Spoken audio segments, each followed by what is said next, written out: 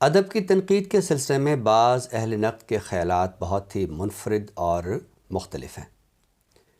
مختلف اور منفرد اس لحاظ سے کہ ان کے خیالات کو سمجھنے کے لیے، ان کا ادراک حاصل کرنے کے لیے قدرے ذہنی کاوش کرنی پڑتی ہے، اور یہ کاوش اس لیے کرنی پڑتی ہے کہ ان نقادوں نے کلیشز کو توڑنے کی کوشش کی ہے۔ یعنی بعض تنقیدی خیالات ہمیں پوری تنقیدی روایت میں دہرائے جانے والے دکھائی دے رہے ہوتے ہیں، لیکن بعض تنقید نگار ان خیالات کو اس طرح چیلنج کرتے ہیں، ان خیالات کا ایک ایسا زاویہ دکھاتے ہیں کہ ان کو پڑھنے کے لیے، ان کو سمجھنے کے لیے بہت زیادہ ذہنی کاوش کرنی پڑتی ہے۔ لیکن ان خیالات کی سچائی اور صداقت کو چیلنج بہرحال نہیں کیا جا سکتا۔ ٹی ایس ایلیٹ عالمی تنقیدی روایت میں بہت اہم نام ہے۔ ٹی ایس ایلیٹ کا یہ بھی وصف ہے کہ وہ محض نقاد نہیں ہیں بلکہ 20ویں صدی کے عظیم شعراء میں شمار ہوتے ہیں، اور دی ویسٹ لینڈ جیسی عظیم نظم ان کے تخلیقی عمل میں ایک بڑی نمایاں اور منفرد حیثیت رکھتی ہے۔ ٹی ایس ایلیٹ کا یہ بھی وصف ہے کہ ان کے بعض مضامین، ان میں پیش کیے جانے والے خیالات بہت ہی چونکانے والے ہیں۔ اس سلسلے میں ان کا ایک بہت اہم مضمون ہے جس کو ہم ٹریڈیشن اینڈ انڈیویجول ٹیلنٹ کے عنوان سے جانتے ہیں، اور اس کا اردو میں ترجمہ روایت اور انفرادی صلاحیت کے نام سے ہوا ہے۔ اس مضمون کا یہ وصف ہے کہ اس میں ٹی ایس ایلیٹ نے روایت کی اہمیت کو واضح کیا ہے۔ ادب کے تخلیقی عمل میں روایت کی کیا اہمیت ہے؟ ٹی ایس ایلیٹ کے خیال میں ہم بعض اوقات روایت کے لفظ کو یا روایت کی جب بات آتی ہے تو ہم قدرے تحقیر کے ساتھ اس کا ذکر کرتے ہیں کہ یہ فلاں چیز تو بہت روایتی سی ہے، یہ تو ایک روایت ہے۔ لیکن روایت ہے کیا، اور ادب کے تخلیقی عمل میں اس کا جو ایک مستحکم رویہ ہے یا جو ایک کردار ہے وہ کیا ہے؟ ٹی ایس ایلیٹ یہ کہتے ہیں کہ کوئی بھی شاعر، چاہے وہ کتنا ہی عظیم کیوں نہیں ہے، وہ کتنا ہی بڑا شاعر کیوں نہیں ہے، اپنے پورے تخلیقی عمل میں مکمل طور پر اصلی نہیں ہوتا، بلکہ اس کی تخلیقات میں شعری روایت کا ایک بڑا کردار ہوتا ہے۔ اس کے تخلیقی عمل میں ماضی کے شعراء کی ایک بازگشت اور گونج جو ہے وہ سنائی دیتی ہے۔ ٹی ایس ایلیٹ کا یہ خیال بعض دانشوروں کے نزدیک میتھیو آرنلڈ کے خیال سے ماخوذ ہے کہ جس میں انہوں نے ماضی کے عظیم شعراء کا ذکر کیا ہے۔ لیکن ٹی ایس ایلیٹ صرف عظیم شعراء کی بات نہیں کرتا بلکہ پوری شعری روایت کی بات کرتا ہے، اور ٹی ایس ایلیٹ کے خیال میں روایت سے مراد محض اردو میں جیسے ہم محاورہ کہتے ہیں مکھی پہ مکھی مارنا اور کہی ہوئی باتوں کو دہراتے رہنا، ان کی تکرار کرتے رہنا نہیں ہے، بلکہ روایت جو ہے وہ ماضی کے احیاء کا نام ہے، ماضی کی روایت کو دوبارہ سے زندہ کرنے کا نام ہے، ماضی کو حال میں زندہ کرنے کا نام ہے۔ تو ٹی ایس ایلیٹ کے خیال میں کوئی بھی شاعر کلی طور پر اوریجنل نہیں ہے، لیکن ایسا نہیں ہوتا کہ ایک تخلیق کار مقلد ہوتا ہے یا نقال ہوتا ہے۔ یعنی جیسے ہم کہتے ہیں کہ فلاں شاعر پر فلاں کے اثرات ہیں، اگر غالب اپنے آپ کو میر کی روایت کا شاعر کہتے ہیں تو اس کا مطلب یہ قطعاً نہیں ہے کہ غالب کی اپنی کوئی اوریجنلٹی نہیں ہے اور سب کچھ اس کے اندر میر بولتا ہے۔ میر ایک روایت کا نام ہے، یا جیسے ہم کہتے ہیں کہ یہ ہماری قومی شاعری کی روایت ہے، ہمارے یہ روایتی استعارے ہیں، اردو غزل کی ایک روایت ہے۔ تو ٹی ایس ایلیٹ کے خیال میں روایت ایک مضبوط اور مستحکم عنصر ہے کسی بھی شاعر کو بڑا کرنے میں۔ ٹی ایس ایلیٹ نے روایت کی وضاحت ان الفاظ میں بھی کی ہے کہ کوئی بڑا شاعر اس وقت تک بڑا شاعر نہیں ہوتا کہ جب تک کہ وہ اپنے ماضی کے شعراء کو اپنے باطن میں جذب نہ کر لے۔ جب وہ اپنے باطن میں ماضی کے شعراء اور پوری شعری روایت کو جذب کرتا ہے تو پھر وہ ایک بڑا شاعر بنتا ہے۔ ٹی ایس ایلیٹ کے اس خیال پر بہت زیادہ تنقید بھی ہوئی ہے، لیکن حقیقت یہ ہے کہ ہم اگر کسی بھی بڑے شاعر کو دیکھیں اور اس کی شعری روایت کو دیکھیں تو کوئی بھی شاعر اپنی روایت سے انحراف نہیں کر سکا۔ ٹی ایس ایلیٹ یہ بھی واضح کرتا ہے کہ میں جس عہد کی شاعری کی بات کر رہا ہوں یہ کوئی کسی شاعر کی جو ابتدائی عہد کی شاعری ہے یا اس کا جو ایک کچا پکا عہد ہوتا ہے میں اس کی بات نہیں کر رہا، بلکہ پختہ عہد کی شاعری کی بات کر رہا ہوں۔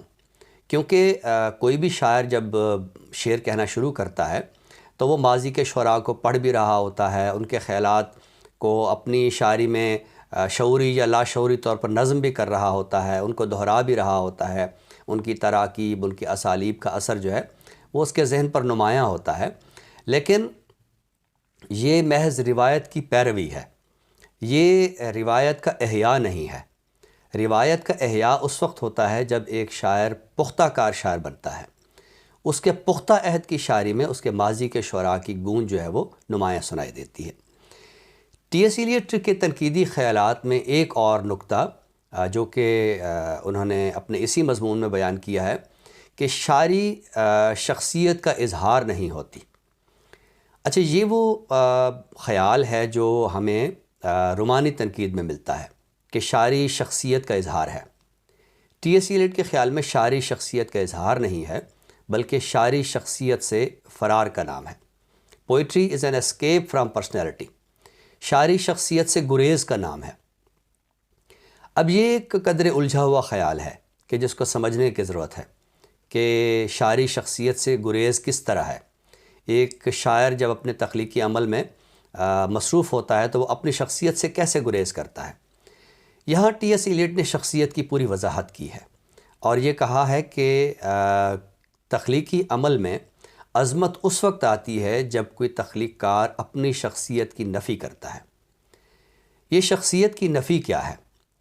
دیکھیے، اسے ہم اگر اردو کے شعری روایت کے تناظر میں اس بات کو سمجھیں کہ جیسے جگر مراد آبادی کا ایک شعر ہے کہ خنجر چلے کسی پہ تڑپتے ہیں ہم امیر، سارے جہاں کا درد ہمارے جگر میں ہے۔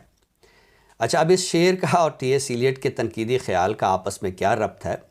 تو شخصیت کی قربانی تو اسی وقت ہوتی ہے نا کہ ایک شاعر اپنے جو شخصی مسائل ہیں، اپنی جو شخصی نفسی کیفیات ہیں، ان سے گریز کرتا ہوا اپنے آپ کو معاشرے کے ایک اجتماعی عمل سے جوڑتا ہے۔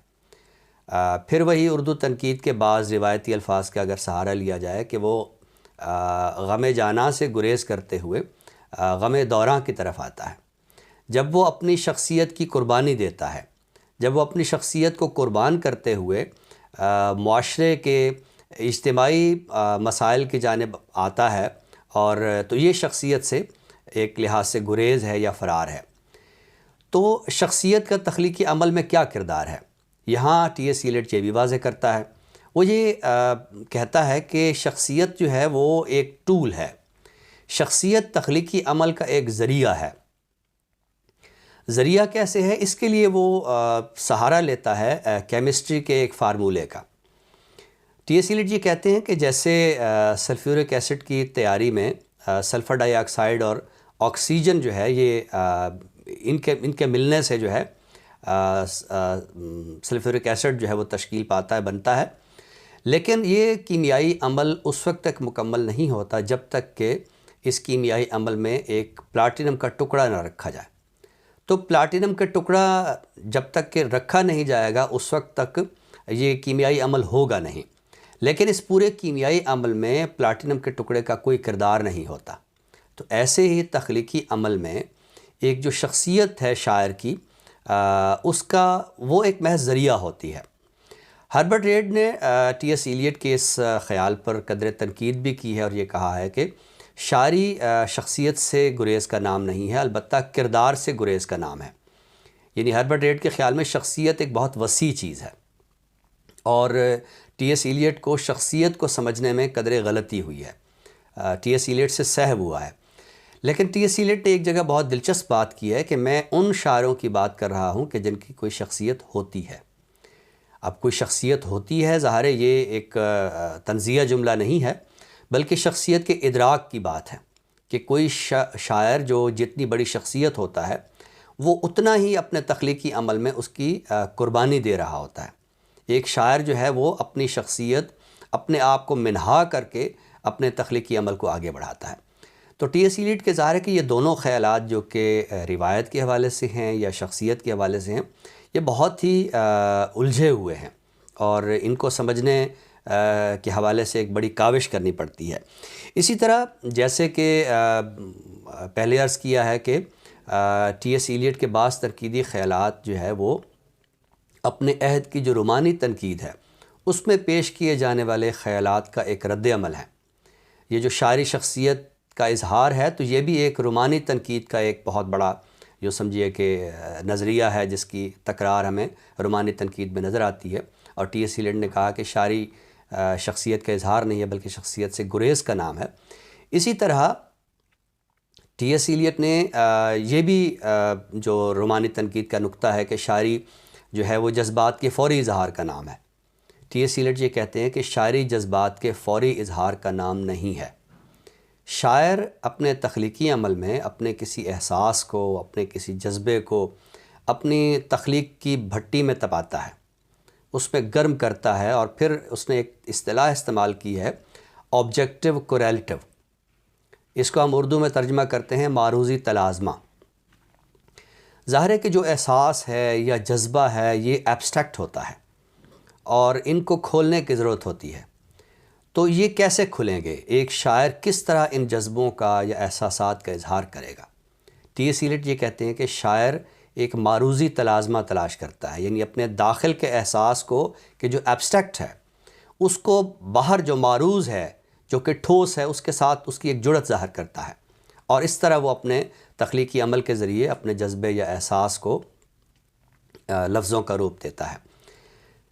اب یہ معروضی تلازمہ کی جو اصطلاح ہے یعنی آبجیکٹو کوریلیٹو کی، یہ ٹی ایس ایلیٹ نے شیکسپیئر کے ڈرامے ہیملیٹ پر تنقید کرتے ہوئے استعمال کی ہے، اور اس کے اندر ٹی ایس ایلیٹ کہنا یہ چاہتے ہیں کہ شاعری جو ہے وہ جذبے کا فوری اظہار نہیں ہے، شاعری جذبے کا اظہار ایک معروضی تلازمے کے ذریعے ہوتا ہے۔ اب یہ معروضی تلازمہ کیا ہے؟ یہ ایک امیج ہو سکتا ہے، یہ استعارہ ہو سکتا ہے۔ ایک سادہ سی مثال دی جاتی ہے کہ ایک شاعر نے اپنے بیٹے کا مرثیہ لکھنے کے لیے یہ کہا کہ میرا بیٹا تتلیوں کی تلاش میں بہت دور چلا گیا ہے۔ اب موت پر جو ایک دکھ کا احساس ہے اس کو شاعر نے ایک معروضی تلازمے کے ذریعے، ایک چمن کا، اس میں پھول، اس میں تتلیوں کا ایک تلازمہ تلاش کیا ہے، اور اس کے بعد جو ہے یہ بتایا ہے کہ اسے اپنے بیٹے کا جو دنیا سے جانے کا جو دکھ ہے وہ کتنا اس کے اندر گہرا ہے۔ تو ٹی ایس ایلیٹ شاعری کے تخلیقی عمل کے ساتھ ساتھ جو ایکسپریشن آف پوئٹری ہے، شعری اظہار ہے، اس کے کیا کیا ٹولز ہو سکتے ہیں ان کو بڑے ایک قرینے سے اپنی تنقیدی روش کا حصہ بناتا ہے۔ اچھا، اس طرح جیسے کہ ٹی ایس ایلیٹ نے معروضی تلازمے کی بات کی ہے، تو معروضی تلازمے سے ہمیں ٹی ایس ایلیٹ کا جو ایک اور مضمون ہے کہ جس میں اس نے معروضی تلازمے کا ایک یوں سمجھیے کہ اس کی ایک مثال بھی دے دی ہے کہ معروضی تلازمہ کیا چیز ہے۔ ٹی ایس ایلیٹ کا ایک بہت شاندار مضمون ہے 3 وائسز آف پوئٹری، شاعری کی 3 آوازیں۔ اب یہ شاعری کی 3 آوازیں کیا ہیں؟ یہ دراصل شعری اسلوب کے 3 مختلف اور متنوع قرینے ہیں۔ ٹی ایس ایلیٹ یہ کہتے ہیں کہ شاعری کی ایک آواز تو یہ ہے کہ شاعر جو ہے وہ اپنے آپ سے مخاطب ہوتا ہے۔ بہت ساری ہم نظمیں دیکھتے ہیں کہ جن میں شاعر جو ہے وہ خود کلامی کرتا ہے، اپنے آپ سے مخاطب ہوتا ہے اور اس کا کوئی آڈینس نہیں ہوتا۔ شاعری کی دوسری آواز یہ ہے کہ اس کے آڈینس ہوتے ہیں، اس کے سامعین ہوتے ہیں، اس کے ناظرین ہوتے ہیں۔ شاعر جو ہے وہ اپنے آپ سے مخاطب نہیں ہوتا بلکہ اس کے کچھ ناظرین ہیں، اس کے کچھ سامعین ہیں، یا یوں سمجھیے کہ ایک ہمارے ہاں شاعری میں جو ایک نیریشن کا ذریعہ ہوتا ہے، ایک نیریٹو سٹائل جو ہوتا ہے کہ شاعر اپنے سامنے اس کے کچھ سامعین ہیں اور ان سے مخاطب ہے۔ لیکن شاعری کی تیسری آواز کیا ہے؟ یہ بہت دلچسپ نکتہ ہے جو ٹی ایس ایلیٹ نے شعری اظہار کے سلسلے میں کھولا ہے، اور یہ بتایا ہے کہ شاعری کی تیسری آواز یہ ہے کہ شاعر نہ تو اپنے آپ سے کلام کرتا ہے اور نہ ہی اس کے کوئی سامعین یا ناظرین ہوتے ہیں، بلکہ وہ نظم کے اندر ایک کردار تخلیق کرتا ہے اور اپنی فکر کو اس کردار کے ذریعے اپنے سامعین تک پہنچاتا ہے۔ یعنی براہ راست وہ سامعین سے مخاطب نہیں ہوتا مخاطب ہونے والا نظم کے اندر کردار ہوتا ہے۔ اب شاعری کی تیسری آواز کا یہ جو نقطہ ہے کہ شاعر نظم میں کردار تخلیق کرتا ہے، تو ہم دیکھتے ہیں کہ یہ سٹائل بھی ہمیں جیوفری چوسر سے لے کر تو خود ٹی ایس ایلیٹ تک، اور اس میں ایک درمیان میں ایک نام براؤننگ کا آتا ہے، تو نظموں کے اندر کرداروں کی تشکیل اور کردار کے ذریعے شعری اظہار۔ اگر اس قرینے کو ہم اردو کی شعری روایت میں دیکھیں تو ہم دیکھتے ہیں کہ حالی کی مناجات بیوہ اس سلسلے میں بڑی اہم نظم ہے، اقبال کی نظم شکوہ ہے، ابلیس کی مجلس شورا ہے، خضر راہ ہے، اور یہ سٹائل جب آگے چلتا ہے تو نون راشد کے ہاں ہمیں حسن کوزہ گر کے صورت میں یہ سٹائل ملتا ہے، یہ انداز ملتا ہے۔ تو ٹی ایس ایلیٹ نے اپنی تنقید میں شعری اظہار اور تخلیقی عمل پر اس طرح توجہ کی ہے کہ وہ اپنے قاری کو یہ سمجھانا چاہتا ہے کہ شاعری کیا ہوتی ہے۔ شاعری کے تخلیقی عمل میں جو روایت ہے وہ کوئی منفی نقطہ نہیں ہے، وہ ایک بڑا مضبوط اور مستحکم نقطہ ہے، اور کوئی بھی شاعر اس وقت تک بڑا نہیں ہوتا کہ جب تک کہ وہ اپنی شعری روایت کو اپنے باطن میں جذب نہ کر لے، وہ ماضی کی شعری روایت کو اس کا احیاء نہ کرے۔ تو کوئی بھی بڑا شاعر اس وقت بڑا شاعر ہوتا ہے جب وہ اپنے آپ کو روایت سے جوڑتا ہے، اور دوسری بات کہ وہ اپنی شخصیت کی نفی کرتا ہے، اپنی شخصیت کو تخلیقی عمل سے منہا کرتا ہے۔ شاعری جذبے کا فوری اظہار نہیں ہے، بلکہ اس کے لیے وہ ایک معروضی تلازمہ تلاش کرتا ہے، اور اس کے بعد شعری اظہار جو وہ تشکیل پاتا ہے۔ اسی طرح ہم دیکھتے ہیں کہ ٹی ایس ایلیٹ نے شاعری کی 3 آوازیں میں شاعری کے اظہار کے جو مختلف قرینے ہیں ان پر بڑے سلیقے سے روشنی ڈالی ہے۔ تو ٹی ایس ایلیٹ ہمیں عالمی تنقید میں ایک ایسے نقاد کے طور پر نظر آتے ہیں کہ جو خود چونکہ تخلیق کار ہیں، لہٰذا تخلیقی عمل اور تخلیقی اسلوب کے سلسلے میں انہوں نے بہت ہی قابل قدر خیالات اور افکار کا اظہار کیا ہے، اور یہ وہ خیالات و افکار ہیں کہ جو کلیشے نہیں ہیں، یعنی ایسی تنقید نہیں ہے کہ ان کی تکرار ہمیں مسلسل نظر آ رہی ہو، بلکہ ٹی ایس ایلیٹ ایک نئے زاویے سے تخلیقی عمل کو دریافت کرنے کی کوشش کرتا ہے۔